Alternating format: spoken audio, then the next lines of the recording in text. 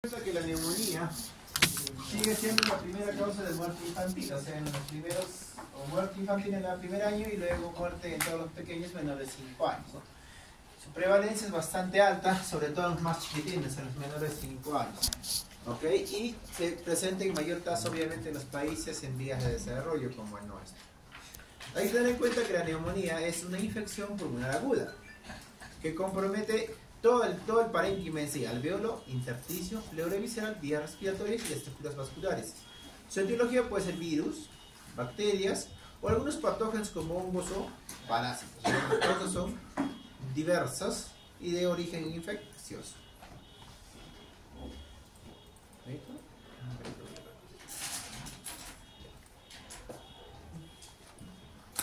La neumonía se subclasifica en dos grandes tipos de acuerdo del lugar donde adquirimos la infección. La neumonía adquirida en la comunidad es aquella que se adquiere en un ambiente extrahospitalario. Aquellos que se inician dentro de las 48 horas de hospitalización. Eso hay que tener en cuenta, ¿ya? Bueno, si el paciente ya viene con cuadro clínico de neumonía en su casa es extrahospitalaria, pero hay niños que podemos hospitalizar por crisis asmática, bronquiolitis o insuficiencia cardíaca, entre otros, y vemos que hay unos signos de consolidación radiológico o cuadro clínico con neumonía, pero si está en las primeras 72 horas sigue siendo del ambiente extrahospitalario, o sea, tenemos que ver bacterias o virus extrahospitalarios. En comparación, que si es después de los 48 horas de ingreso hasta los 7 días de alta, estás hablando de una neumonía intrahospitalaria. La etiología es completamente diferente. En la extrahospitalaria o en la comunitaria, la etiología más frecuente son los virus, seguido por neumococo, ¿ok? Y en comparación con las hospitalarias, tenemos directamente a los más agresivos, ¿no? Que es Pseudomonas, Klebsiella y lo que es Cándida, ¿no? Que tienen una alta tasa de resistencia según cada hospital o cada nosotros. Y finalmente, nuestro objetivo es diagnosticar este grupo, las neumonías graves. En las patologías con crisis asmática, bronquiolitis, existe una clasificación. Acá no, solamente nos interesa quién tiene neumonía grave porque ese chiquitín vamos a hospitalizar. Aquel niño que tiene dificultad respiratoria marcada, o sea, cianosis central, dificultad para beber o lactar o vómitos frecuentes, convulsiones, alteración de estado de conciencia, y esto sí, memorízanlo por favor, la saturación de oxígeno menor a 92, entre 0 a 2500 metros sobre el nivel del mar, y nos vamos rápidamente a un 85% cuando es más de 2500 metros sobre el nivel del mar, ¿ok? Esto no es como la corrección de la hemoglobina que se corrige por niveles, esto es directamente es tácito, ¿no? Debajo de 2500, 92, encima de 2500, 85%. Y nosotros, para nosotros, ¿cuánto va a ser? 85%. Y finalmente vienen las complicadas, las neumonías que padecen ciertas complicaciones, sobre todo aquellos que niños el derrame paraneumónico es el más frecuente, empiema, abscesos, necrosis, enfermedad multilobular, neumotórax, fístula broncopleural y sepsis, ¿no? Son las principales complicaciones. Luego vienen estos dos subgrupos, que es la neumonía aspirativa y la neumonía congénita. La neumonía aspirativa es aquella que es producto del ingreso abrupto de una sustancia extraña a las vías respiratorias en forma aguda. Las distintas manifestaciones clínicas van a depender del tipo, si la ingesta es sólido, líquido o gas, y el volumen aspirado. Esto sucede bastante en los pacientes con problemas neurológicos, o sea, para los pacientes postrados, crónicos, como para el cerebro infantil, o durante un cuadro de estatus convulsivo. En comparación, la neumonía congénita es aquella que se adquiere intraútero o durante el nacimiento. Exclusivamente subdividimos a los enanos menores de un mes para este grupo pequeño. Las causas son múltiples, como les comentaba. Los virus son la principal causa de neumonía. Aquí en la comunidad, en los menores de 5 años, estamos hablando del 50-60%. Y dentro de la etiología bacteriana, nuestro querido amigo neumococo es el principal agente etiológico. Entonces, cuando hablamos de neumonía, ¿a quién nos estamos enfrentando? A la gama de virus, y ahí en segundo puesto, sin quedarse atrás, el neumococo. Y muchas veces van los dos abrazaditos de la mano, los dos se pueden coinfectar, ¿ya? Entonces hay que tener mucho cuidado. Entonces la bacteria que tenemos que ver siempre es neumococo. Esta es una clasificación por edad que va a variar bastante de lo que es menor de un mes, o sea, neonatos. En neonatos prácticamente las bacterias que están involucradas son todas las bacterias del canal del parto, si se han dado cuenta, Streptococcus beta grupo B, E. coli y lo que es la Listeria monocitógenes, ¿no? son las bacterias que van a generar sepsis neonatal precoz, y sepsis neonatal precoz va a comprometer el parénquima pulmonar, ¿ok? Genera neumonía. En comparación que acá mi amiguito, Clamidia trachomatis, acá los muchachos que a veces van a las cariñosas, ¿ok? Va a generar una neumonía eosinofílica, que es muy clásica a los 15 días de vida. El niño va a tener un patrón micronodular y conjuntivitis y dificultad respiratoria. Eso es una infección congénita transmitida durante el canal del parto, ¿ok? Y ahí también ya se meten los amigos de la comunidad, ¿no? Staphylococcus aureus y Ureoplasma uvulaticus, ¿no? Y los virus, tenemos la gama de virus, pero de todos el más agresivo es el citomegalovirus, sobre todo en los prematuros. Y la cándida también está ahí. Y toxoplasma y treponema, o sea, la sífilis secundaria también va a debutar así. Entre 1 a 3 meses, bacterias, ¿quién está? Estreptococo neumoniae, o sea, neumococo. Una vez, chicos, por favor. Coco neumoniae, ¿no? Pero ya hay una continuidad de otras bacterias, ¿como cuál de ellos? La Listeria monocytogenes. Y acá hay otra bacteria, ¿no? ¿Cuál es? Bordetella pertussis. ¿Que la Bordetella pertussis qué enfermedad causa, chicos? Tosferina, ¿no? Según los comentarios, la primera tosferina diagnosticada este año fue en Huancayo, ¿no? La tosferina siempre ha existido, ¿ok? Sino que no ha generado este gran impacto epidemiológico. Una sencilla razón, porque tenemos una buena gama de vacunación. Nos descuidamos en la vacuna y otra va a aparecer. Porque la vacuna no deja memoria inmunológica de por vida. O sea, ustedes se pueden contagiar de tosferina y va a ser una simple gripa. Pero al pequeñín, que es menos de 6 meses sobre todo, si le va a contagiar, va a generar la forma más severa, ¿no? Que incluye la neumonía y la gran dificultad respiratoria que le va a conllevar a morir, ¿ok?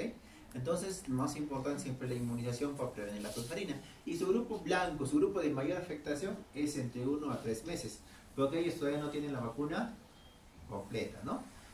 ¿La tosferina en qué vacuna está incluido, chicos? Pentavalente. ¿A qué edad se empieza a vacunar? 2 meses. ¿Qué más?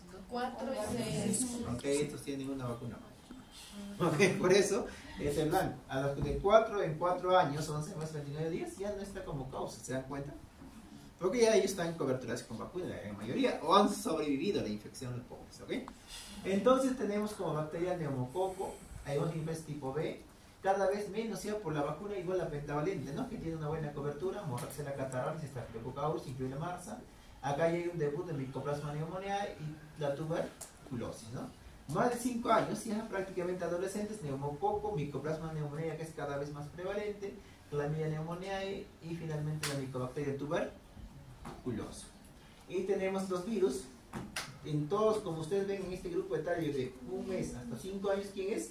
Virus sincitial respiratorio, la influenza A y B, la parainfluenza, adenovirus y metaneuvirus. Se repite igualito en los dos grupos etarios. Y finalmente, en los más de 5 años, ya el virus sincitial desaparece y solamente ya nos quedamos de recuerdo con hemofilufluenza A y B, ¿no? Sobre todo en los chiquitos inmunocomprometidos o desnutridos o los niñitos con obesidad, ¿no? Actualmente en este grupo también tenemos que incluir el coronavirus, ¿no? Que algunos chiquitines siguen afectando.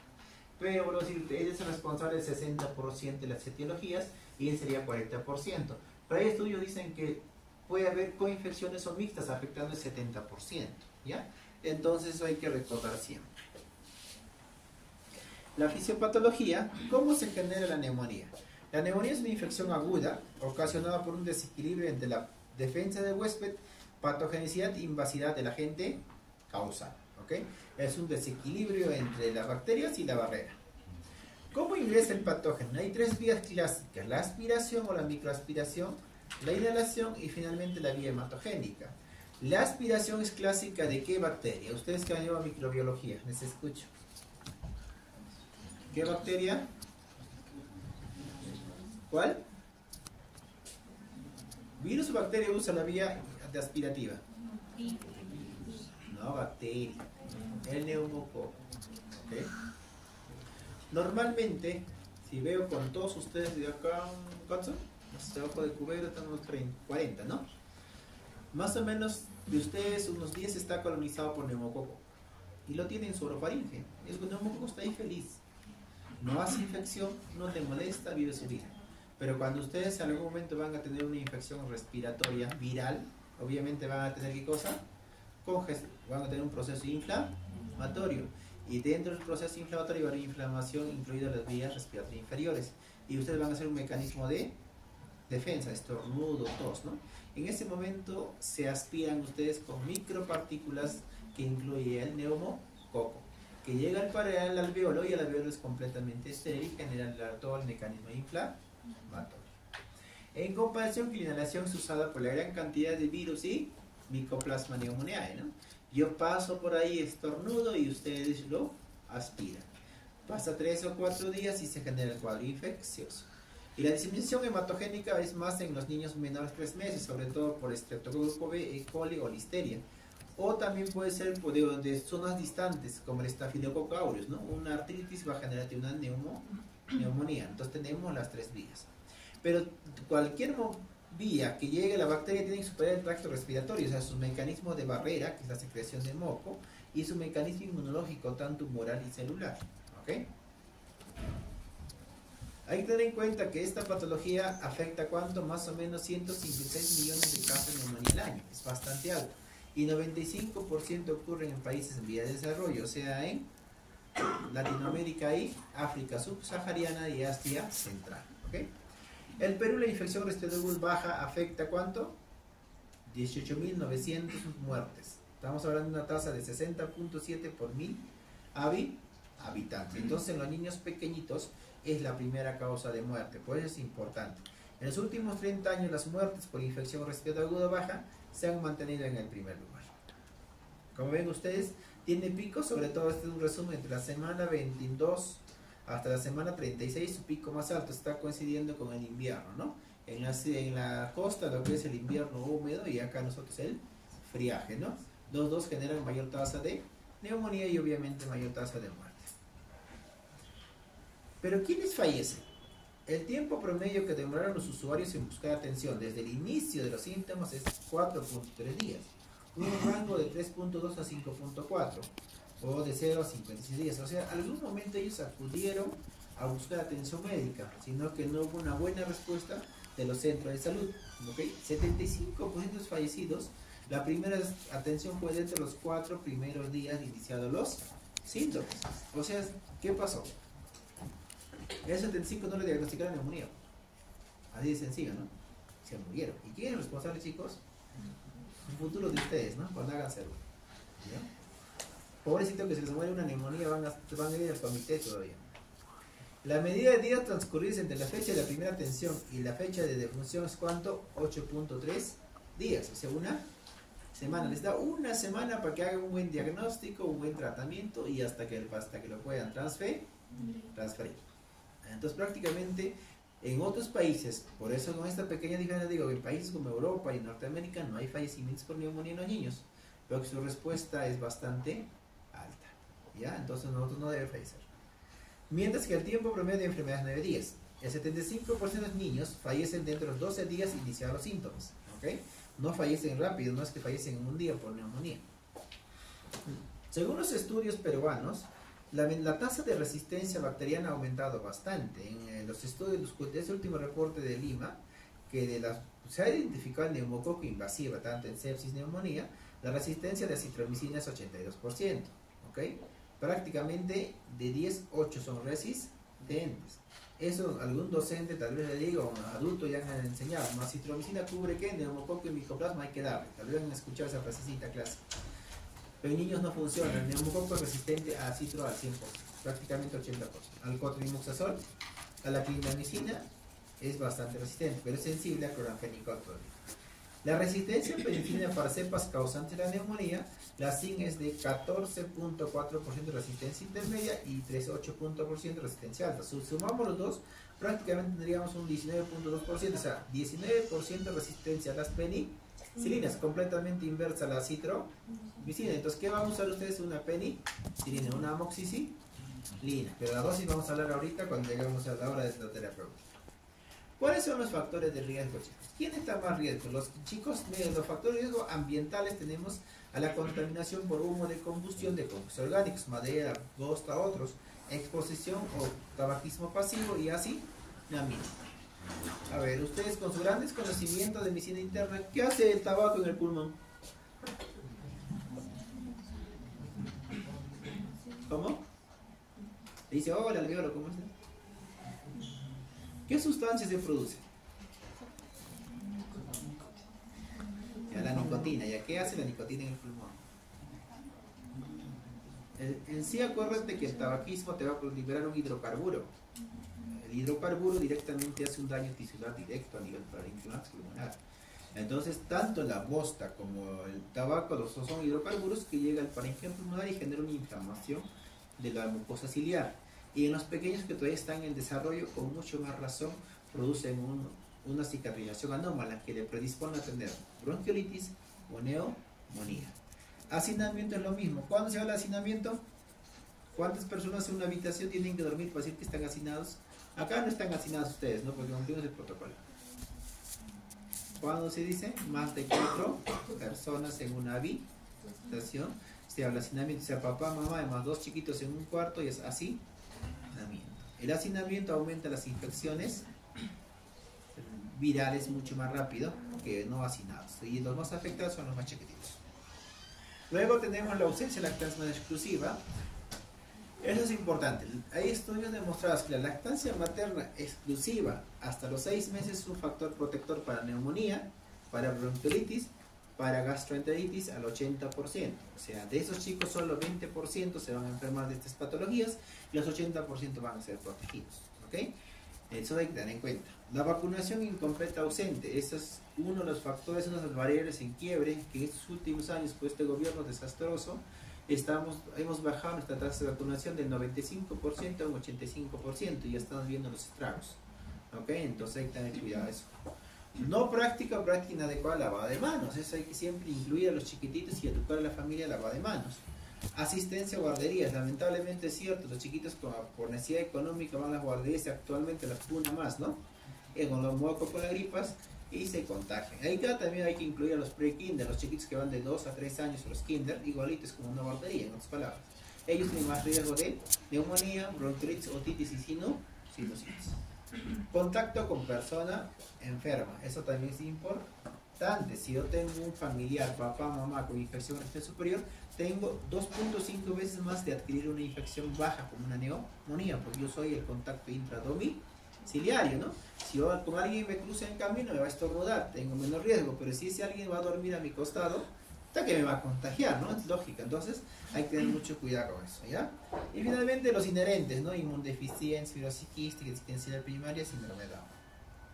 Y los factores para hacer la enfermedad grave son los menores de 6 meses, la prematuridad, la desnutrición moderada severa, la infección por HIV, enfermedad cardíaca. Eso hay que tener cuidado. Los cardiópatas, los que han sido prematuros o los que tienen alguna patología neurológica también que no está acá, ellos van a ser siempre neumonía grave. Entonces, ellos si algún momento se cruzan en salud, derívanlo rápidamente, no pierdan tiempo, se va a complicar. Y esto no se olviden, se debe tener en cuenta que el bajo nivel socioeconómico y bajo nivel educativo de la madre y el cuidador como factor de riesgo para mortalidad en neumonía, ni siquiera es para neumonía, es para mortalidad. O sea, la primera causa de muerte en el Perú es neumonía, y la causa básica de la neumonía, ¿cuál es? La pobreza y la desnutrición. ¿Ok? Y lamentablemente en el Perú actualmente hay más pobres que en la época de los años 2010, ¿ya? La tasa de pobres ha aumentado. ¿Saben cuánto por ciento? Antes en el Perú supuestamente, hasta que nuestro queridísimo Pedro Castillo asuma cuántos pobres éramos, 20%. O sea, de 10 peruanos, 2 eran pobres. ¿Ahora cuántos son? Con nuestra querida Dina Boluarte. La clase media ha sido masacrada textualmente, ¿no? Actualmente la tasa de pobres son 35%. O sea, de 10, 3.5, o sea, 3 o 4 de acuerdo a la situación, son pobres. Y eso va a conllevar mayor tasa de muerte. ¿Ok? Eso es inevitable. ¿Por qué la pobreza? Por la escasez de trabajo, ¿no? Y por la inestabilidad que nuestros queridos chamos han venido a quitar el trabajo. Ok, el cuadro clínico es fácil, chicos. ¿Cuáles son? Esos 3 primeras palabras como padre nuestro. Fiebre, taquidia, tos son sugerentes de neumonía. Podemos decir que son signos casi patognomónicos, ¿ya? Pero casi, porque hay neumonías que pueden ser sin fiebre y hay neumonías sin tos, ¿ya? Neumonía sin fiebre, ejemplo, es causada por la clamidia trachomatis. Puede haber tos y dificultad respiratoria. Y la neumonía sin tos puede ser causada por Staphylococcus aureus. Puede haber fiebre y dificultad respiratoria, pero no tos, porque es periférico y hematogénico. Por eso es casi patognomónico. neumónico. Pero el neumococo, que es el más frecuente, genera eso. Pero tiene que ser una fiebre con ciertas características. ¿Cuáles son? Son 3 características. Que dure 3 días. 3 días de fiebre. ¿Ok? Que a pesar de un tratamiento convencional, o sea, habitual, de sintomáticos, no haya recuperación. ¿Ya? La tos tiene que ser asociada a una tos productiva. Y finalmente la taquipnia, ¿no? Que es un signo de mayor sensibilidad y más valioso para la exclusión del diagnóstico. ¿Para qué es importante la taquipnia, chicos? Para la exclusión. O sea, ¿qué quiere decir? Si yo tengo taquipnia, puede ser que tenga neumonía, puede ser que tenga bronquiolitis, puede ser que tenga asma, o puede ser que tenga insuficiencia cardíaca, por todos que producen taquipnia, ¿no? Si no tengo neumonía. Es la certeza, ¿ok? Un niño no taquipnéico y una alta probabilidad de que no sufra neumonía. Pero si es taquipnia, lo primero que tienen que ustedes es descartar que no sea neumonía. Entonces, la sensibilidad y la especificidad disminuye después de los 5 años. Porque ya tienes mejor paquete muscular. Por ejemplo, ustedes le van a neumonía, les va a dar tos, fiebre, dolor de pecho, dolor de espalda, todo lo que ustedes quieran, ¿ok? Pero taquipnia no van a ser rápido, porque tienen un buen paquete muscular que les va a sostener. Pero en comparación con los chiquititos van a hacer taquipnia y tiraje mucho más rápido, porque su paquete muscular es mucho más sensible, ¿ok? Pero esa frecuencia cardíaca para terminar taquipnia tienen que contar durante 1 minuto el niño sin fiebre y en reposo, ¿ya? No me hagan el invento de los enfermeros, ¿no? Lo cuentan 15 segundos y lo multiplican por 4, ¿ok?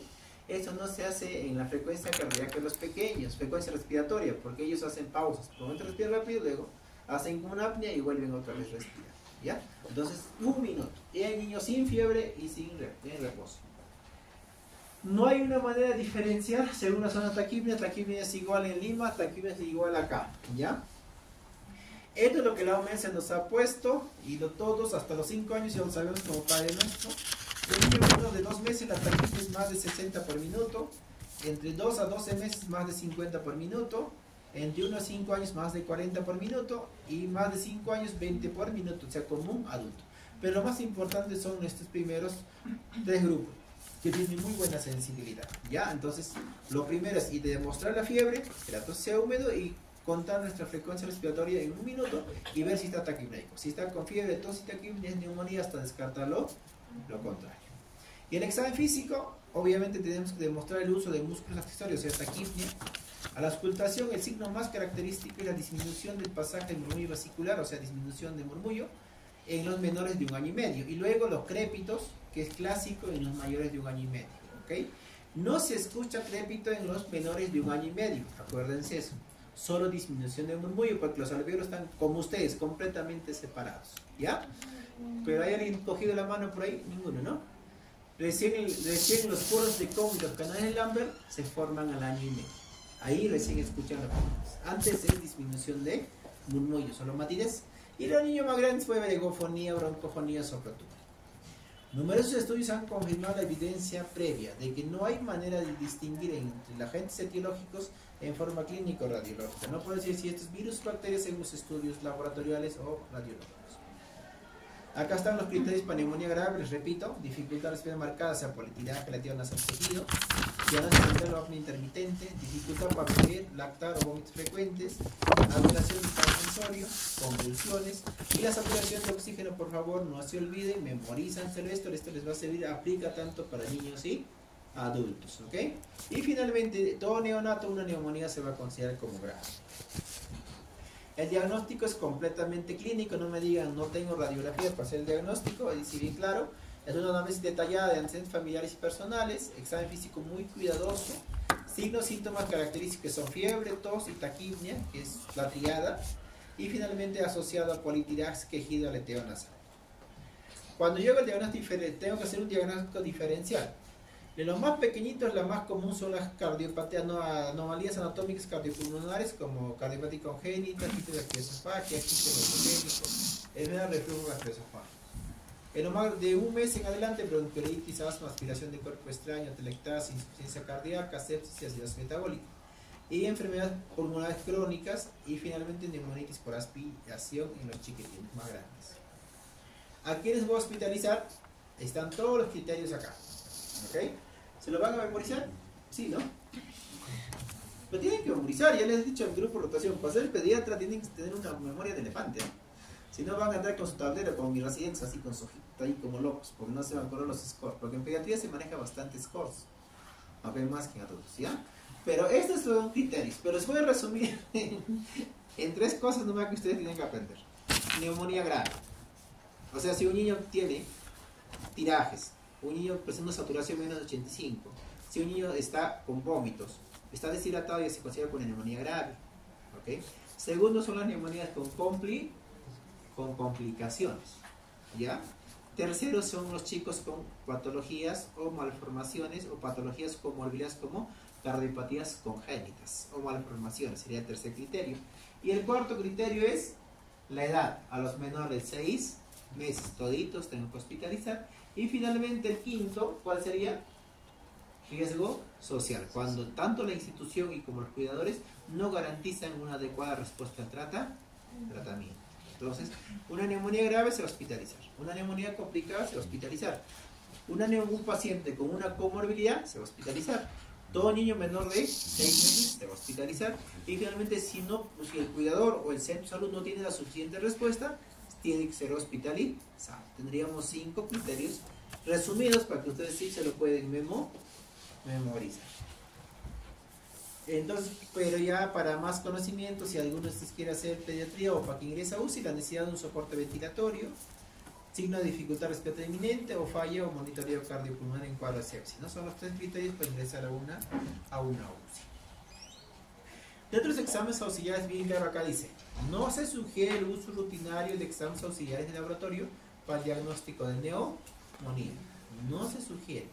Pero si hay posibilidades y sobre todo aquellas neumonías que van a requerir hospitalizarse, se puede pedir un hemograma completo, PCR y procalcitónico. Solamente yo pido a veces hemograma y PCR. ¿Hemograma para qué es? Para ver el compromiso de la leucocitosis, para ver que no esté séptica, ¿ok? Y PCR me sirve para ver seguimiento. Las bacterias se elevan el PCR mucho más, es cierto, más de 80, eso dice en la literatura. Pero hay virus que también pueden llevar hasta 200, 300, que es la influenza y el coronavirus, elevan el PCR en gran manera más que una bacteria. Por lo tanto, no puedes distinguir que un PCR es bacteria o virus. Pero sí te sirve para el tratamiento. A las 70 horas se pide un control, ya debe estar con una reducción más del 50%. Quiere decir que si empezaste con 80, al tercer día debe estar debajo de 40, o sea, con 35 o negativizado. Quiere decir que tu tratamiento está bien. La procalcitonina tiene mejor sensibilidad para etiología bacteriana. Un corte más de 0.5 nanogramos por litro es bacteriana sí o sí, ¿ok? Pero lo malo es el costo y la accesibilidad, ¿no? El Hospital Ramiro Piedra lo hace, pero porque es un hospital nacional. Pero otros centros de salud, el Carmen te apuesto que no lo hace, ¿ok? Entonces el PCR sí lo hacen en todos los centros o nosocomios de pequeña escala, ¿ya? Imágenes, ¿cuándo voy a pedir? Signos de gravedad, sospecha de neumonía sin signo de gravedad y manejo ambulatorio no se pide, solo aquí es hospitalizar. Duda diagnóstica o mala evolución del cuadro clínico. Acá viene el criterio de las 72 horas. Si yo he dado un tratamiento adecuado y a las 72 horas el niño empeora, hace fiebre, hace taquipnia, yo tengo que tomar una radiografía para buscar complicaciones o comorbilidades. Pero en esta parte nosotros, y esto es lo que dice la guía, pero lamentablemente no es al 100% certero porque es una guía nacional. Lo que son en zonas epidemiológicas de quiste hidratrídico, a veces es mejor pedir una radiografía. Porque la tasa de quiste hidratrídico complicado con neumonía es bastante alta en todo lo que es la quebrada del Valle del Mantaro. ¿Ok? Empezando desde la Oroya y terminando en Concepción, ¿no? A veces hay niños que vienen con neumonía y bueno, la han tratado ambulatoriamente, mejoró, pero después deteriora el cuadro clínico, la tomamos una radiografía, son quistes vomitados, ¿no? Que muchas veces no se han dado cuenta. Entonces, toda neumonía redonda para nosotros es uno de un control radiológico a las 72 horas también, ¿ya? Si en algún momento se cruza alguna neumonía redonda, toma una radiografía a las 72 horas para ver que no sea un quiste hidratrídico, porque somos zona endémica, no hay cómo combatir. Ahora con una nueva ley, antes podía matar a un perrito, ustedes nunca han matado a un perrito, ¿no? Cuando era Cerú maté un montón de perritos, ¿ya? Andaba con mi cabeza de pollo y mataba a los perros en la calle, y toma. Porque había tantos perros donde hacía Cerú que cada paso había 5 perros durmiendo y había pulas por todo lado, escate de perros por todo lado, y ese tiempo el Estado nos permitía matar a los perros. Entonces mi técnico sanitario con su veneno andaba y mataba a los perros ahí. Y previamente él avisaba a toda la comunidad que iba a matar a los perros. ¿Okay? Ahora pobrecito que mata al perro le linchan, ¿no? Entonces esa era una manera de erradicar. Actualmente hay zonas de sur de acá de Huancay, los que van al sur y hoy el otro día a Zapayanga. Qué bestia, qué cantidad de perros. No sé si nos dan carnero al palo o perro al palo, ¿no? Pero qué cantidad de perros, ¿no? Entonces el perro es uno de los primeros transmisores de quistidad tídica, ¿no? Hay casos de quiste tídica autónomos en Chilca. Hay niños que nunca han salido de Chilca, o sea, nunca han ido al campo, no son de origen, tienen quiste tídico. ¿Cómo se han contagiado? La lamida del perro. El perro ha ido a la feria de Cotocote y se ha contagiado y él ha contagiado a su amigo, al amigo el perro, y este amigo el perro contagió al niño. ¿Okay? Entonces debemos hacer un buen manejo, ¿no? Los perros callejeros deben ser vacunados, haber alguna intervención, realmente no es nuestra política, pero tenemos que hacerlo. Otros exámenes como hemocultivo, secreción faríngea, dosaje de tuberculosis solamente es de acuerdo a cada cuadro o cada sospecha. Pero este es una nueva introducción con la guía a partir de 2019, que todos los centros ya lo tienen, es realizar el paciente de neumonía. El paciente está quieto, obtener una buena onda de pulso y la de flujo en 30 segundos. La pulsioximetría o la saturación de oxígeno, ¿no? La onda tiene que estar constante por 30 segundos y de ahí vemos que hay una asociación buena con la frecuencia cardíaca. La primera medida para el manejo de estos chicos, tanto ambulatorio o hospitalizado, es la buena hidratación, porque por la taquipnia que se pierde, líquidos, agua, más pierde ahí, sensible, ¿no? Entonces cuando se va a la casita, igual el señor tiene que tomar bastante bebida tibia, ¿no? Por nuestra cultura, ¿no? No necesariamente tiene que ser tibia, ¿no? Es la bebida nada más, ¿no? Pero por nuestra cultura serrana, bebida tibia, ¿no? O sea, agüita tibia, ¿ok? Porque si le dice a la mamá que es agua fría, te va a decir que este médico no sabe nada, ¿ya? La alimentación tiene que continuar con su lactancia materna, con su fórmula maternizada, si es alimentación combinada igual, ¿ok? Pero la alimentación debe ser fraccionada, ese es el truco. O sea, si antes comía 5 veces, ahora que coma 7 veces. O sea, darle poco cantidad y más frecuente, porque por la taquipnia puede vomitar en cualquier momento, ¿ya? O en caso de hospitalizado, puede ser una canalización de una vía endovenosa para una buena hidratación. Y acá dice 6 acciones claves para el manejo de neumonía a los que vamos a dar ambulatoriamente o cuando vamos a dar de alta. Este es el acrónimo FALTA. F es manejo de la fiebre. F de fiebre. A de alimentación, continúo con la alimentación. L de líquidos. T de tos. Acá dice, si lo voy a leer, porque no le cuesta nota diapositiva. Evitar uso de antitusígenos, expectorantes y antihistamínicos descongestionantes. Cuando sean médicos, no venden su alma al amiguito que te va a indicar dextrometorfano, ¿ya? Ok, ustedes no se usa, ejemplo, yo no uso antitusígenos. Y 2 visitadas ya no vienen la pastilla con su bendito auricular, ¿ya? Ok, entonces hay que ser conscientes que acá no se usa antitusígenos. Y esto sí, A de alarma, siguen alarma, hay que explicar bien al momento de alta. Si el bebé empieza con dificultad para respirar, el bebé la fiebre persiste después de 48 horas de tratamiento, hay dificultad para beber, lactar, vómitos frecuentes, compromiso de estado central, o la niña no, empeora, la mamá dice, doctor, veo que está peor, la mamá es la mejor observadora porque su bebé sabe sus estados de ánimo, ¿no? Entonces si la mamá dice, doctor, está peor, entonces usted tiene que en ese momento traer al bebé y derivar a un centro de mayor complejidad. Y finalmente en la nariz, es la limpieza de las fosas nasales. Los niños cuanto más pequeños son respiradores nasales al 100%, ellos no respiran por la boca. Y por lo tanto, si la nariz está tapada, va a haber mayor dificultad respiratoria. Entonces, tenemos que enseñar un lavado prolijo de la nariz con cloruro de sodio en gotitas, o sino con agüita tibia, ¿ya? Las medidas preventivas más importantes, ¿cuáles son las que tienen que educar a la mano ustedes? Adecuada práctica y higiene de manos, o sea, lavada de manos. Estornudar en el codo. Alimentación lactancia exclusiva hasta los 6 meses. Alimentación balanceada nutritiva según grupo etario. Vacunación según esquema nacional en los menores de 5 años. Evitar anemia consumiendo alimentos ricos en hierro. Consumir alimentos ricos en zinc y suplemento de zinc. Acá me detengo, chicos. ¿Están de acuerdo conmigo esto? ¿La anemia ha aumentado o ha disminuido en los últimos 5 años? ¿Por qué? Porque están más pobres, pues ya les he dicho. No es fácil decir, señora, dele carne todos los días. Si no tiene plata, ¿dónde va a conseguir? En la ciudad es fácil, ejemplo, yo tengo estrategias en las mamis, de hecho que le den carne molida. 100 gramos de carne molida cuesta exactamente 2 soles. Las mamás le dan carne molida como paté, un poquito como empanaditas naturales, de un poquito de maicena, lo hacen como una empanadita, como una hamburguesita. Le dan a los chiquitos, se cuesta 2 soles, 3 soles, ¿no? Un hígado de pollo puedes conseguir un sol acá en Huancayo. ¿Ok? Pero las mamitas que están en la punta del cerro, ¿a qué mercado van a ir? Ese es el problema, por eso la anemia es más frecuente en la sierra y en la selva. ¿Okay? En la selva tenéis por sus costumbres, porque ellos son más comidas más, más vegetarianas, ¿no? Eso es lo más importante, por eso no se les puede introducir. Y finalmente, sí, en el gobierno ahora, como decía en mi grupo de práctica, ahora sí tienen casi todos los centros de salud. Ya podemos suplementar con zinc los chiquititos, porque en la sierra la más deficiencia más grande es zinc. Porque zinc, ¿dónde se encuentra? ¿En qué tipo de alimentos?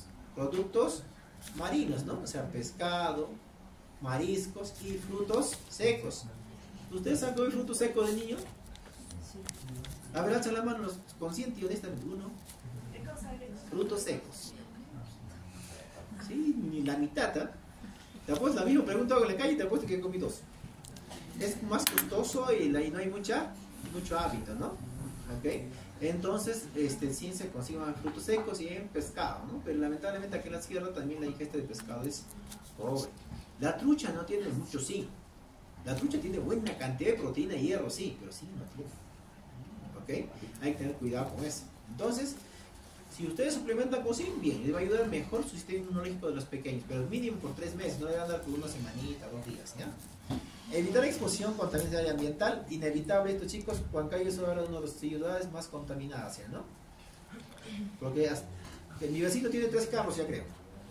Y viejos, ¿no? ¿De dónde se comprarán? ¿Ok? La mayor contaminación de aire por micropartículas es el carro, ¿no? Azufre y plomo. Toda la gasolina tiene plomo y azufre, entonces ellos llegan, igual generan compromiso pulmonar en los más pequeños, ¿no? Y finalmente, contacto con las personas enfermas, ¿no? Que no quieren reducir. Entonces, cuando hospitalizo, voy a dar un soporte de fluidos isotónicos, o sea, cloruro de sodio, ¿ok? Suplemento de oxígeno de acuerdo al requerimiento. El oxígeno voy a dar cuando la saturación de oxígeno es menor al 85%.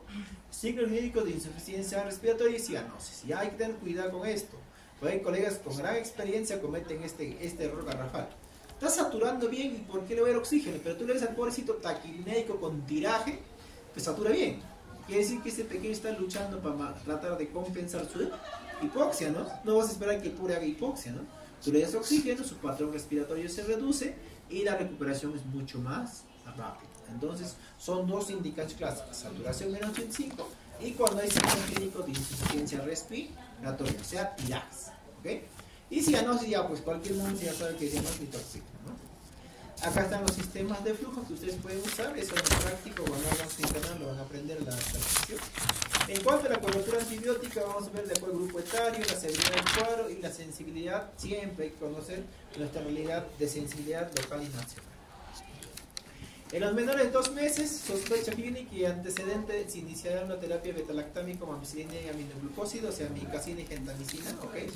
O sea, hasta 2 meses, 29 días, voy a tener monoterapia. ¿Cuál va a ser hospitalizada y ser politerapia? O sea, ampicilina más gentamicina para cubrir. Y entre los 2 meses y 6 meses, ampicilina vía endovenosa, pues yo voy a hospitalizarlo.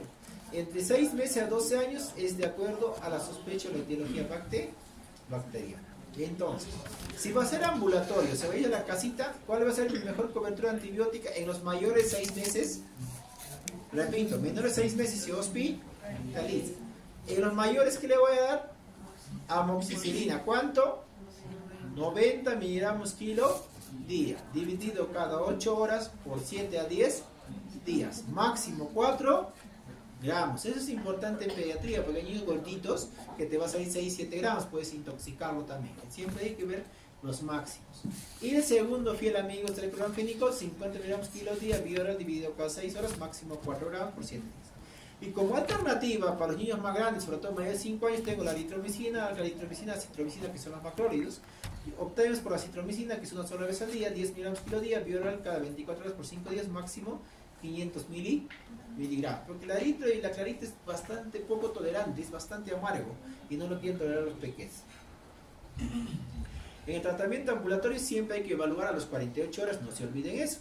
Si la evolución es favorable, completamos 7 días de tratamiento. Si es desfavorable, debemos sospechar incumplimiento de tratamiento, neumonía complicada por gérmenes resistentes u otras etiologías, por lo tanto que tengo que derivar. Cuando hagan su serum y van a tratar una neumonía en la casita, asegúrense por favor dar la dosis correcta, dar el jarabe en su mano y si es posible la enfermera ustedes den una visita domiciliaria, porque es la del chico con neumonía, su vecino que está al costadito, ¿ok? Y no van a tener gran cosa que hacer en serum en vez que pierdan el tiempo ahí. Bueno, ahora hay wifi, antes no había, ¿no? Entonces visite. A veces lamentablemente viene la cultura, en cualquier nivel de educación viene la cultura. A veces la mami va a pensar que la abuelita dijo, sabes que eso no se cura con ese jarabe, se cura con caldo de cuy, le va a dar caldo de cuy. En vez de jarabe de ustedes, ¿no? O escucha, le vamos a dar agua de borraje, es buenazo para la neumonía, hay que darle agua de borraje, no es que el antibiótico, entonces tiene que censurarse.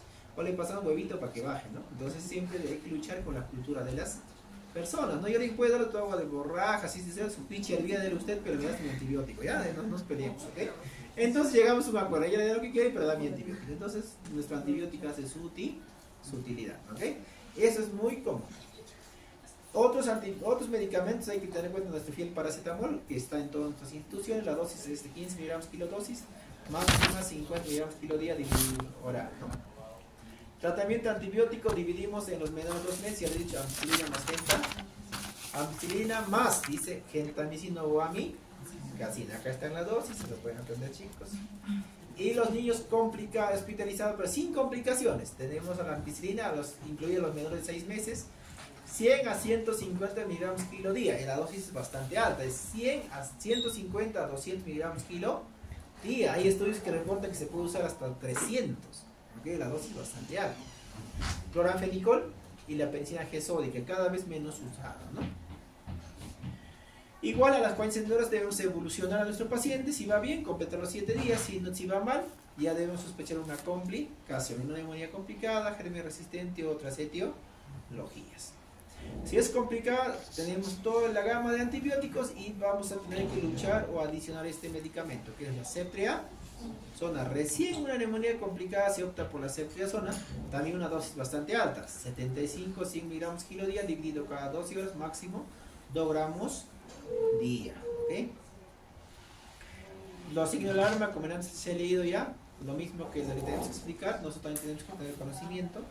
Cuando doy de alta, chicos, deben cumplir estos criterios: estado febril 24-48 horas y clínicamente estable, ¿ok? Tiene una saturación muy buena, ¿ok? Adecuada tolerancia por vía oral y no hay dificultad respiratoria, o sea, que esté comiendo bien, que esté sin fiebre de 48 horas y sin oxígeno por 24 horas. Sobre todo este último fallan los colegas por necesidad de cama, ¿no? Le quitan el oxígeno, satura bien y a las 2 horas le dan de alta. Y en la noche está volviendo con desaturación o hipoxemia. Y la mamá con una denuncia fiscal por homicidio, ¿no? Lo querían matar a su hijo. Tiene todo el derecho, ¿no? Y en la pasadita el pediatra guarda el grito negro. ¿Ok? Entonces, siempre, chicos, sin fiebre, 48 horas, comiendo bien y sin oxígeno 24 horas. Son los 3 criterios para alta, tanto para neumonía y bronquiolitis, si ustedes van a ver. Oye, ¿qué pasa? Complicaciones, la más frecuente es la del derrame neumónico, absceso pulmonar, neumotórax, empiema, neumonía necrotizante, neumatocele y sepsis. ¿Ok? Ya chicos, creo que he terminado. Preguntas que tuvieran.